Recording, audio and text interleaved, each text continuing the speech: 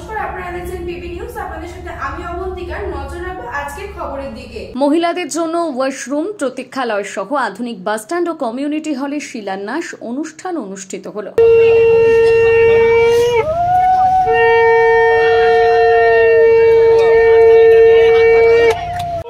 বিনাশিনী সুখরা মোক্ষরা গঙ্গা গঙ্গৈমা পাপাত্মা পাপসম্ভবং প্রতিমাং কুণ্ডরিকাক্ষ।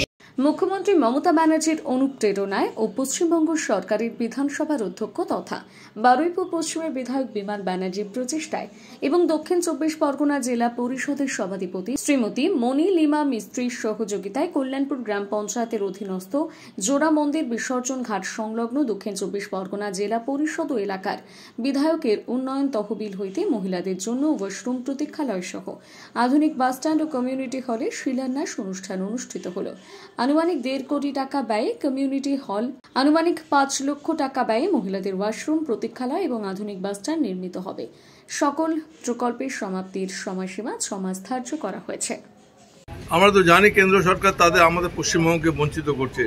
তা সত্ত্বেও আপনারা দেখবেন এবার বাজেটে আমাদের রাজস্ব আয় এতটা বৃদ্ধি পেয়েছে বিভিন্ন রকম উপায় অবলম্বন করে।